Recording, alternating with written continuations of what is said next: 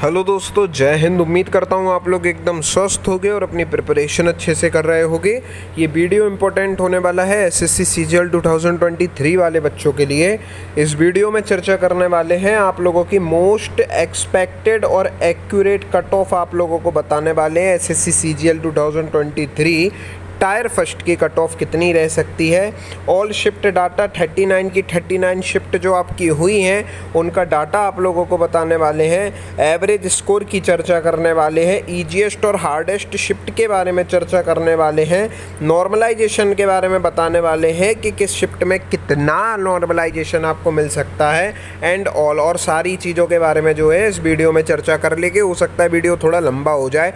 अब मैं थोड़ा तेज बोलूँगा जिससे आप लोगों को जल्दी बोलूँगा, जिससे आप लोगों को समझने में आसानी हो और आप लोगों का समय भी ज़्यादा नष्ट ना हो। फिलहाल मैं आपको बता दूं, अगर आप लोग SSC CGL CHSL MTS CPU stenographer वगैरह की तैयारी कर रहे हैं तो चैनल पर जुड़ जाइए, क्योंकि जब आपको भविष्य में पोस्ट प्रेफरेंस भरनी होगी तो उसमें आप लोगों की काफ़ी सहायता हो जाएगी। क्योंकि जो नए बिगिनर्स बच्चे हैं उनको पोस्ट प्रेफरेंस वगैरह भरने में दिक्कत होती है। मैं ये सब चीज़ें अपने चैनल पर कराता रहता हूँ, आप लोगों को ईजिली बता देता हूँ।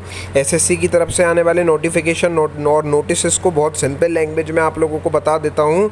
And all expected cut off वगैरह बताने सारी चीज़ें मैं चैनल पर करता हूँ। तो जो नए बिगिनर्स बच्चे हैं स्पेशली वो लोग ज़रूर चैनल पर जुड़ जाइए, क्योंकि आप लोग इससे अपडेटेड रहेंगे। और जब आप लोगों को पोस्ट प्रेफरेंस वगैरह भरना होगा तो आप लोगों को इजी होगा। ठीक है ना। फिलहाल मैं आपको जल्दी से इस वीडियो में लेके चलता हूँ। देखो, तो सबसे पहले मैं आपको बता देता हूँ शिफ्ट के बारे में। 39 आप लोगों की शिफ्ट हुई हैं। ये डाटा मैं ऑलरेडी पहले एक वीडियो में आप लोगों को बता चुका हूँ, क्योंकि यहाँ नए सिरे से बता रहा हूँ तो ये ज़रूरी है।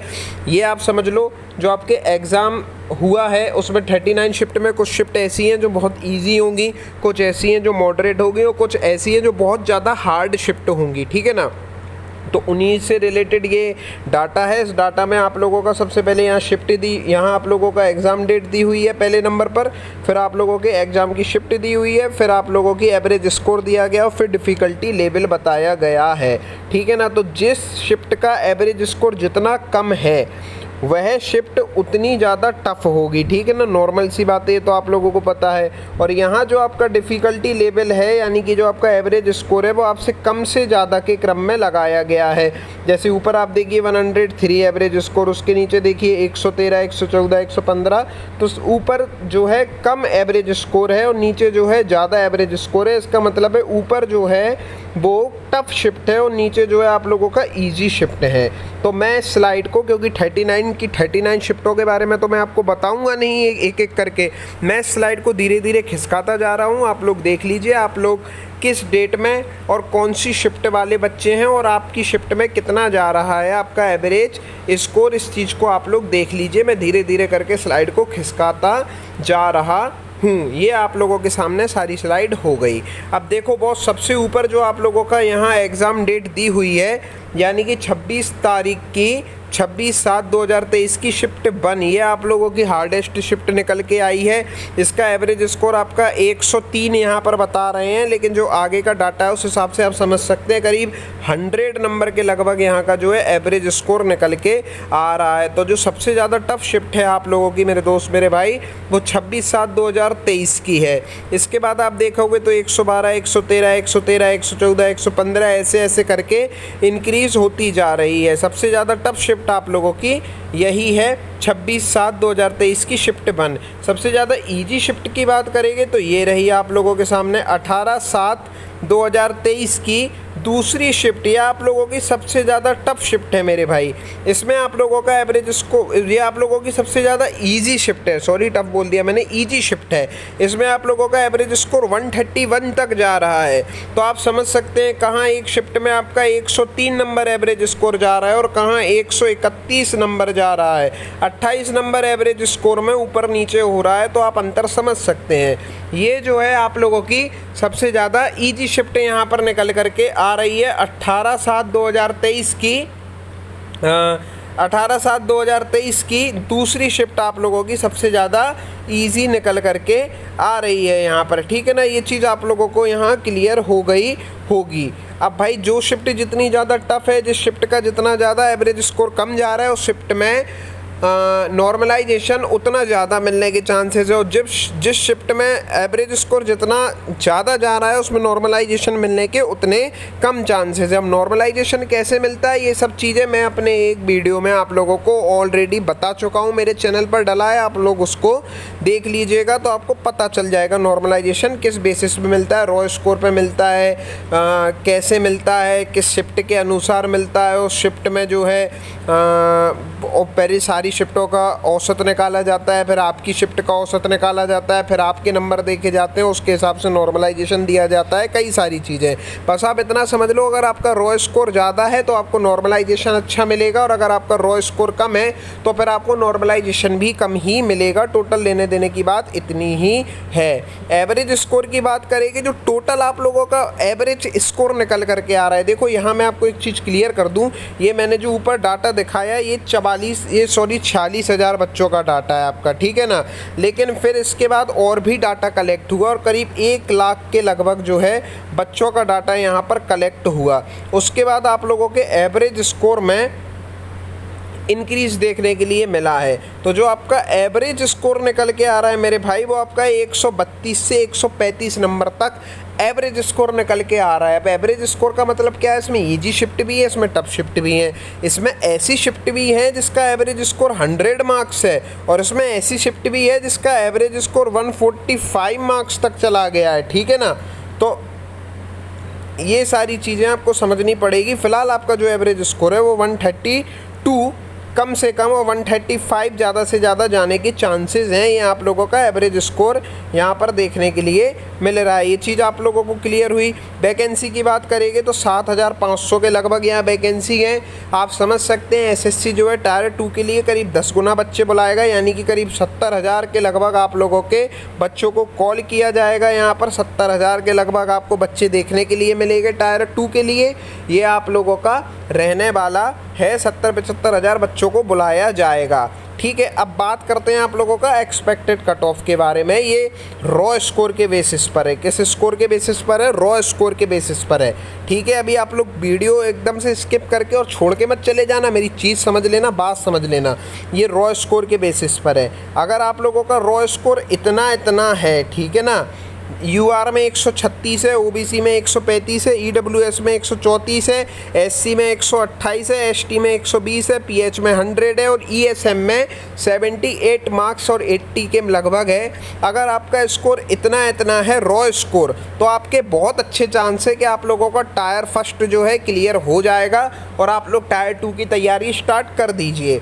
अगर इतना आप लोगों का रॉ स्कोर नहीं है और इससे आप लोग समझ लीजिए 4 मार्क्स सभी कैटेगरी में कम भी आपका रॉ स्कोर है, तो भी आप लोग जो है टीयर 2 की तैयारी करना स्टार्ट कर सकते हो। जाइए और टीयर 2 की तैयारी करिए। लेकिन अगर आपका इतना स्कोर आप लोगों को दिख रहा है तो आप लोग समझिए आप अच्छे खासे स्कोर पर हैं, रॉ स्कोर, और आप लोगों का अच्छे खासे चांसेस हो जाएगा। अब एक्सेप्शन सुन लो, मेरी बात सुन लो। जैसा मैंने यहाँ पर आप लोगों को बताया ना, 26 तारीख की वाली शिफ्ट, वो आपका सबसे ज़्यादा हार्डेस्ट शिफ्ट है। तो उस हार्डेस्ट शिफ्ट है तो उसमें आपको नॉर्मलाइजेशन अच्छा मिलेगा। तो उस शिफ्ट में अगर आपका हार्डेस्ट शिफ्ट की आप बात करते हो और आप हार्डेस्ट शिफ्ट में आ रहे हो, हार्डेस्ट शिफ्ट आप देख सकते हो, देखो 39 शिफ्ट हुई है। इसकी आप ऊपर की टॉप 5 शिफ्टें उठा लो जो आपकी हार्डेस्ट शिफ्ट होंगी, और 5 शिफ्ट उठा लो आप जो आपकी ईजीएस्ट शिफ्ट होंगी। तो ये जो 5-5 शिफ्ट वाले बच्चे हैं जो अभी मैंने पीछे स्लाइड दिखाई, जो हार्डेस्ट शिफ्ट में हैं, और 5 शिफ्ट जो ईजीएस्ट शिफ्ट में है, ये वाले बच्चे मेरी बात सुन लो आप लोग। अगर आप हार्डेस्ट शिफ्ट में आ रहे हो तो अगर आपका रॉ स्कोर 120 के लगभग भी है तो भी आप लोग तैयारी आगे स्टार्ट कर सकते हो, क्योंकि आप हार्डेस्ट शिफ्ट में आ रहे हो। 120, 125, 122, 124 ऐसा सा अगर आप लोगों का स्कोर जा रहा है रॉ स्कोर, तो भी आप लोग आगे तैयारी जो है अपना देख सकते हो, कर सकते हो, क्योंकि आप हार्डेस्ट शिफ्ट में हो। और अगर आप ईजीएस्ट शिफ्ट में हो और आपका 140 के लगभग मार्क्स बन रहा है, आप जो ईजीएस्ट शिफ्ट में हो, और आपका 142 तक मार्क्स बन रहा है, तो आप लोग आगे की तैयारी खुले मन के साथ कर सकते हो। तो ये चीज़ ज़रूर समझ लेना। मैं एक और बार आपको फिर से स्लाइड दिखा दूँ, आप लोग यहाँ से देख लो। अगर आप ऊपर की टॉप 5 ये जो शिफ्ट आपको दी हुई हैं जो बिल्कुल हार्डेस्ट शिफ्ट हैं यहाँ पर, अगर इन 5 शिफ्टों में से आप किसी में आ रहे हो,